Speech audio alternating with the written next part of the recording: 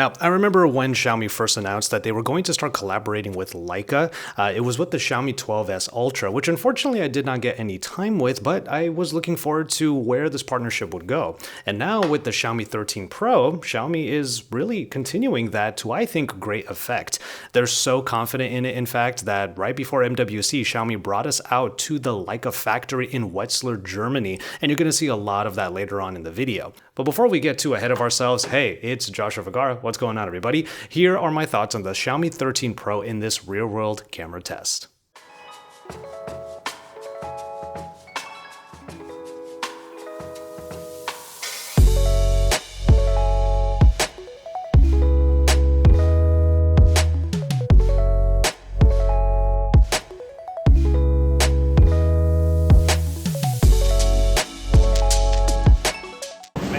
I love coming back to the movie frame setting on the Xiaomi phones.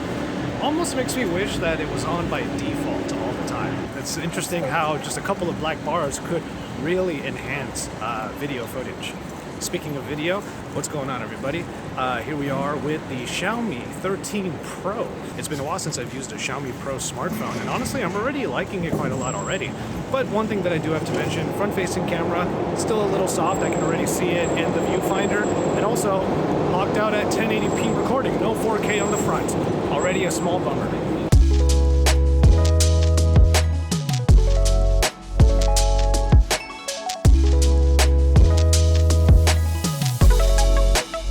Alright, now that you've seen some samples, and of course, if you haven't already clued into it, you can look at the bottom of the screen so you know what lenses and what modes I'm actually using on the Xiaomi 13 Pro, and you can judge the quality of the photos and the videos for yourself. I'm basically just presenting all of these, but I will give some thoughts on these cameras, so let's talk about the actual hardware. Over here on the rear, we have a triple 50 megapixel camera system. Yeah, you heard that right, all three of these sensors are indeed 50 megapixels, and the main sensor is the IMX989, which is the same 1-inch style sensor that was in the Xiaomi 12S Ultra. This main sensor provides an equivalent 23mm focal length at f1.9 aperture. Now, it might seem like the main sensor is definitely the main event, but it's actually just one part of the entire picture when it comes to this Leica camera system. It does come with Xiaomi-backed enhancements such as Hyper OIS for stabilization in both photo and video, as well as their Pro Focus system, so it's a pretty stacked main sensor. It is also here that low-light shooting will be the easiest to get done, given that the sensor size is so large and the processing just helps with that, even to the point that the sensor brings ultra night video. But I didn't really go into the night mode a whole lot because most of the situations that I was in were already being handled by the main sensor just originally. I will probably follow up in another video with more night sample shots in the ultra night video, but for the case of this real-world camera test, I just did not feel it was really necessary to go to the night mode a whole lot. Now, there is an ultra wide camera on here. It is also a 50 megapixel sensor, but comes without some of the aforementioned enhancements. OIS is not usually needed on an ultra-wide sensor just by nature of the very wide field of view, but software stabilization often compensates well enough in those scenarios. And of the three cameras, the ultra-wide is somehow the least exciting, and you know that I like ultra-wides on my smartphones. And don't worry, we'll get to that final sensor and lens in just a little bit, especially when samples from it start to pop up even more while I'm in Wetzlar, Germany. Oh, blown out. Wow. Yeah, There you go. Wow, pulsating. you have to lock focus. Yeah, this exposure is, yeah, it's really trying. And that, my friends, is why we like having Pro modes. So we can lock down the exposure compensation and whatnot. The only problem with the Pro mode on here, I like that the Pro mode, there's that little button to get over to the video mode, so you have a Pro video mode, love that. But you can't use the front-facing camera at all when you're in Pro, unfortunately. Alright, the tea is ready, so let's go ahead and have this little tea break. Today's tea is actually an Earl Grey from the very hotel that I was staying at on the Leica campus. There were a couple of comments in previous videos that smartphones have become all about the cameras. Well, the reason why that is the case is because this is the device that is always in your pocket, and memories happen literally all the time. So if you want to be able to capture them, to remember them very well, having a good enough camera in your pocket at the very least is kind of paramount. As a matter of fact, back in 2016, 2016, I got into the craze of daily vlogging mainly because I actually don't have the greatest long-term memory. So I thought that documenting a lot of what I was going through at the time, or a lot of the things that I was doing at the time, would be important and useful for me. So having good cameras, whether it's a real camera or a smartphone, became very important to me. But of course, the main way that we would be able to remember things that happen in our lives or things that we do is to make sure we are present in those moments. It's really easy to get caught up in like the hecticness of travel or just being around other people and whatnot. And as an extrovert, that is certainly what happens with me. I have to remind myself to be present in every moment that I am involved in, and I will remind you to be present as well. Make sure that you are enjoying and appreciating and being present in those moments, and you'll probably remember them a little bit more. So to end this tea break, I'm still going to say, what's going on, everybody? Let me know how you are all doing in the comment sections down below. And also, why don't you go ahead and let me know a memorable moment that you have had recently, something that you're willing to share. That way we can all remember to be present and to remember those particular times.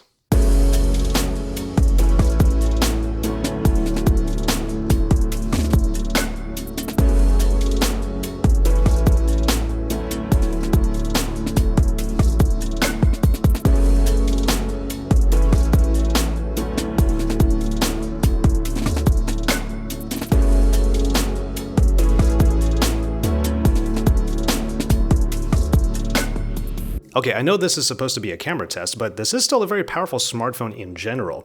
After all, it's being powered by the Snapdragon 8 Gen 2.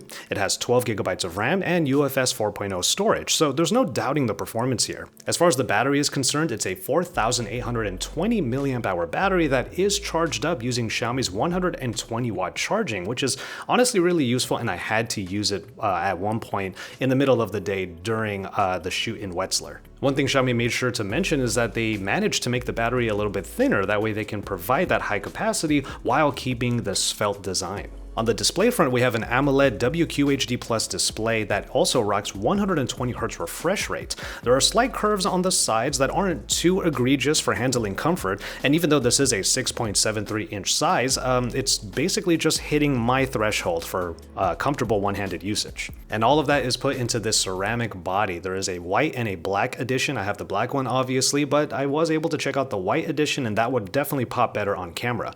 One thing about the ceramic body, though, is that, well, the phone definitely slips around a lot, so that's something that makes me put the included clear case on it more often than not. Simply put, this phone is pretty stacked and provides every spec that you might want. I will provide more about the daily use and more about MIUI in a follow-up video when I tell you what worked and what didn't with the Xiaomi 13 Pro. Alright, let's go ahead and get into it with the final sensor and lens that is here on the back. And I think there are three main cornerstones that really describe how Leica have developed this particular camera system. Portraits, of course, background compression, and of course, sharpness and quality. This telephoto in the camera app is designated 3.2 times, but in photography terms, it's actually the equivalent of 75mm, which is squarely in the range that many shooters enjoy for portraitures. It also has an f2.0 aperture, so you do get that good shallow depth of field still. And my goodness, how Xiaomi have brought the Leica magic here. The glass here is just lovingly tuned, supported by Leica's expertise in color science and overall quality. I'm really just enjoying shooting with this particular lens, and I'm not usually one to go for zooms or anything like that. At 3.2 times though, you have plenty of room to still be able to get plenty of things in the shot, but there's other trickery in here that I'll get to a little bit later. Just moving over to the portrait mode unlocks a lot of possibilities, making the experience of shooting other people an event in and of itself. But to really get into the Leica mentality, you can actually use one of 4 quote-unquote master lens submodes. They include things like black and white portraitures to soft focus. My one gripe here is that 35mm is being used here, which is my favorite focal length, but it's only available in the black and white mode. It would be great to have some selectors to be able to get the equivalent focal lengths a little bit easier. I did the math, and you can go to 1.5 times zoom in the main sensor, and that's basically 35mm, but it would be nice if that was a little bit easier. And really, I'm just talking about the specs and philosophy here because I think the results kind of speak for themselves. Sturdy hands mean that you'll get sharp results and that the OIS actually helps in that regard. And then the color science is on point no matter what sensor you're using or indeed what type of mode you're using, including video. I'm actually really impressed with just how good the colors are coming out from here, and of course that is due to Leica's expertise. Another thing I want to highlight is that the camera app and the interface itself is fairly minimal. It's definitely easy to understand, but if you want to get into all of the other modes that are available, those are more like Xiaomi editions, and they are all tucked away in the More page. But then you add some of those filters on there and you start to get things like black and white and vibrant colors and whatnot. I don't normally use filters on any of my photos when it comes to using smartphones, but here I'm actually really encouraged to do so.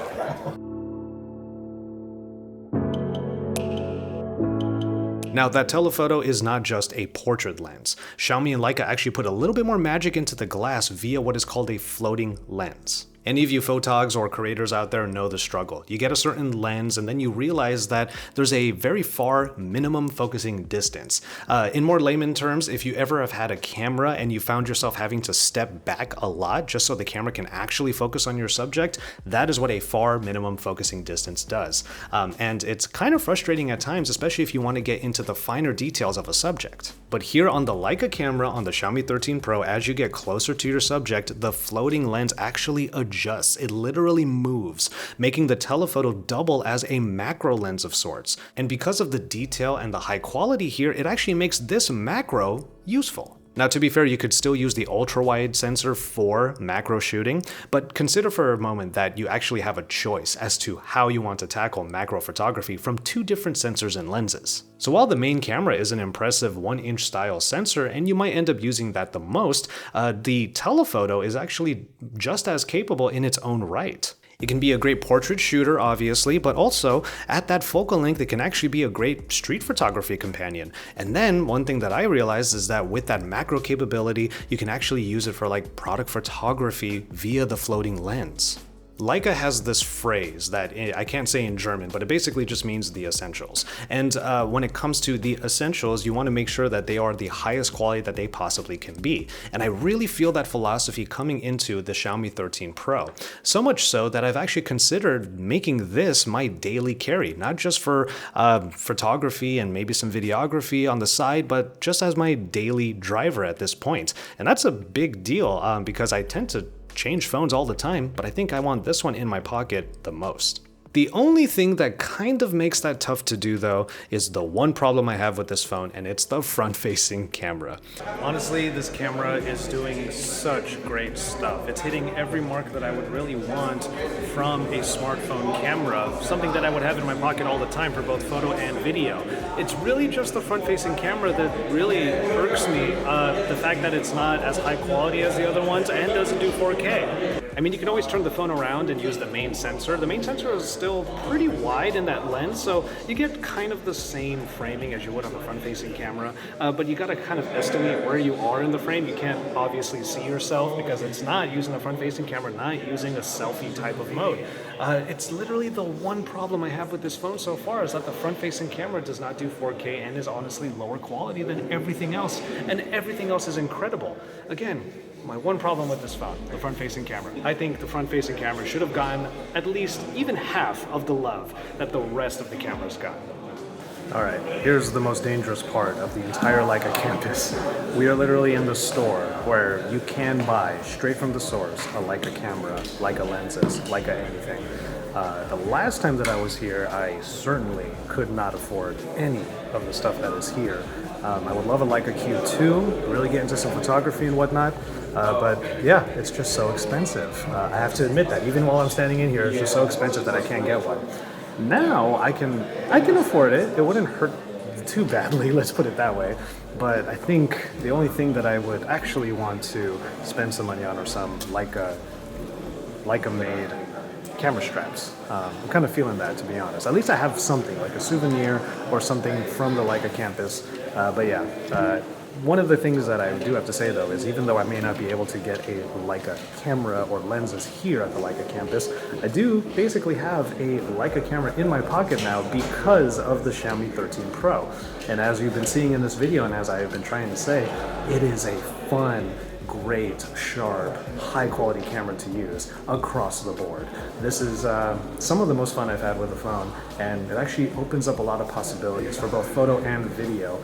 I'm just really happy so far with what I have been getting using the rear cameras, the Leica-made cameras, here on the Xiaomi 13 Pro. Is it perfect? Almost, at least for me, due to the honestly confounding flub that is the front-facing camera. Would this phone and its camera work for everyone? Probably not, but it certainly tries, and the level of thought that was put into this camera system is honestly just impressive, because it's not trying to do the most, but it's trying to provide some key essentials and do them well. It certainly hits a lot of marks just right, at least for me, and the tour over at the Leica factory made a big deal about, well, the glass, and that is exactly one of the many essentials that Leica brought to the Xiaomi 13 Pro. Even though there's processing, color science, filters, modes, all of those things, it all comes back to one main essential, and it's the fact that glass matters. Let me know what you thought about the camera samples and everything that you saw in this video on the Xiaomi 13 Pro. Like I said before, I'm going to follow up with a video where I talk about what worked and what didn't on this phone, so you can look forward to that by subscribing to my channel. But with all of that said, I'm going to go ahead and call it on this one. Thank you so much for kicking it with me today. Please take care of yourselves and each other, and enjoy your tea, everybody.